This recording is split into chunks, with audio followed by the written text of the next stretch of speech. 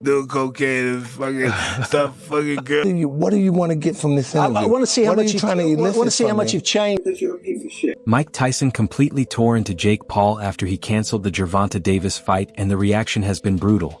Tyson cut through all the hype, revealing the fear and weakness behind the YouTuber-turned-boxer's polished image. This was a major blow to everything Jake Paul says he stands for. Cause you have someone that, we come from two different sides, like, of the world. We still on the same path to get the same thing. This was the fight Jake Paul had spent weeks hyping up, boldly claiming he could beat Gervonta Davis with ease. He acted untouchable, talking like victory was already his before even stepping into the ring. But that story fell apart almost instantly. Tyson didn't hold back in showing the flaws in Paul's carefully built image. I was thinking too, maybe Tank isn't used to being the B-side of a fight. B-side, so everybody's working around his schedule, and now... Yeah, when you the A-side, you get to dictate things, you pick who you want, blah, blah, blah. Maybe he's not used to being the B. According to Paul, he didn't want to take part in a fight clouded by legal issues, presenting it as a matter of responsibility and strategy. He made it sound like a smart move, avoiding negative headlines, protecting the sport's reputation, and keeping his image as a fearless fighter who only enters the ring on his own terms. But Tyson saw through it. The legendary heavyweight didn't hold back when calling out Paul's excuse. He said it was hollow, fake, and just a way to shield a fragile image rather than a principled choice. Tyson highlighted what everyone else was ignoring. Paul's empire, built on hype, social media, and careful PR, had never really faced a world-class boxer like Davis. Tyson smashed the idea that this was about respect. The truth was Paul underestimated the challenge and overestimated his own skills. That fight that was supposed to go down with Jake Paul and Gervonta Jake Davis in Miami on November 14th is not happening. It has been canceled officially, and this comes, not too long after Gervonta Jake Davis was accused of assaulting a woman at a strip club. Man, you know what I heard? I heard that Gervonta Davis was being very difficult to work with, and Netflix was just waiting for a reason. Mike Tyson completely destroyed the idea that Paul was untouchable. He pointed out that most of Paul's 12 wins, including 7 knockouts, came against non-boxers or MMA fighters who didn't match his size or skill, even in his most praised victory. His 2024 split decision win over Tyson at age 58 was controversial and owed more to showmanship than actual boxing ability. Tyson's message was clear. Jake Paul had never faced a real boxing challenge, and Gervonta Davis, with his speed and knockout power, was exactly that. The absurdity of Paul's claim became even clearer when looking at the numbers. Davis competes at lightweight, where speed and technique rule, while Paul has mostly fought at cruiserweight or heavyweight, depending on size and power to dominate opponents. Well, he wants to make some money. No, I know. He's a good showman. Fellow. Tyson stressed that even with Paul's size advantage, facing Davis would be a completely different challenge. All of Paul's past fights that built his reputation would count for almost nothing against a fighter of Davis's level. The story of a strategic withdrawal didn't add up. What was really happening was the first real crack in Paul's carefully constructed empire. Interview 7. Tyson also highlighted the emotional impact of the situation. Fans were excited, tickets were sold, and media coverage was in full swing, all for a fight that never happened. The sudden cancellation, dressed up as a noble choice, shook the boxing world. Social media blew up with memes, debates, and hot takes. Amid all that, Tyson's words cut to the core. Paul's bravado, bold claims, and larger-than-life image were now being questioned. The fearless persona he tried to show was under scrutiny. The first real test of his career had been avoided, not out of principle or respect, but because the challenge was far bigger than he expected. It was Jake Paul who found a scapegoat kind of and an exit strategy and got to move. Even insiders in the boxing world weighed in on the situation. The question of who really backed out, whether it was Davis's legal issues or Paul himself, added weight to Tyson's critique of Paul claiming the moral high ground. Paul came across as not just evasive but deliberate in protecting an image of an empire that looked flashy but had never been truly tested.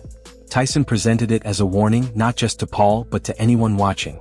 Boxing is ruthless, and hype can only take you so far. Real skill, genuine danger, and the willingness to face them head-on are what separate true fighters from celebrities. Paul's rise, impressive in terms of social media reach and promotion, was built on a foundation that had never been tested under real pressure. This was a story of overconfidence, misjudgment, and a career designed for spectacle rather than substance. Tyson's critique tore away the bravado and revealed the vulnerability behind Paul's public image. a very talented YouTuber that's built himself into a massive influence with huge following. And talking about that empire, it's worth a closer look. On paper, Jake Paul seemed like a boxing force. 12 wins, 1 loss, 7 knockouts. But looking deeper, the story changes. Most of his victories came against non-boxers, MMA crossovers, or mismatched opponents.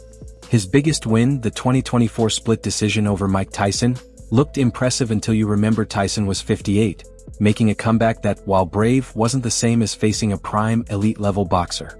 Paul's fights were promoted as massive events, full of media hype, flashy entrances, and social media campaigns. Yet when it comes to actual technical skill, the flaws start to show. Tank's team is now fighting back, and they're stating, and he was more scared than he had ever been before a fight by facing Gervonta Davis. If the fight had been on another card with a lesser-known opponent, most people wouldn't have noticed. But the cancellation revealed weaknesses that no one ever could. Paul's size advantage, which helped against some fighters, meant nothing against Davis. Paul is used to cruiserweight and heavyweight bouts, but Davis is a lightweight with blazing speed, knockout power, and the technical skill to dismantle anyone unprepared.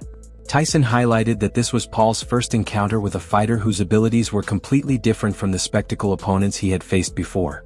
The image of a fearless Jake Paul started to falter, and even his most loyal fans had to pause and wonder, could Paul really handle a true boxing challenge? Going to go on a other card somewhere. You wouldn't have really heard of the person we were going to fight, but Davis's legal issues didn't make him any less dangerous in the ring.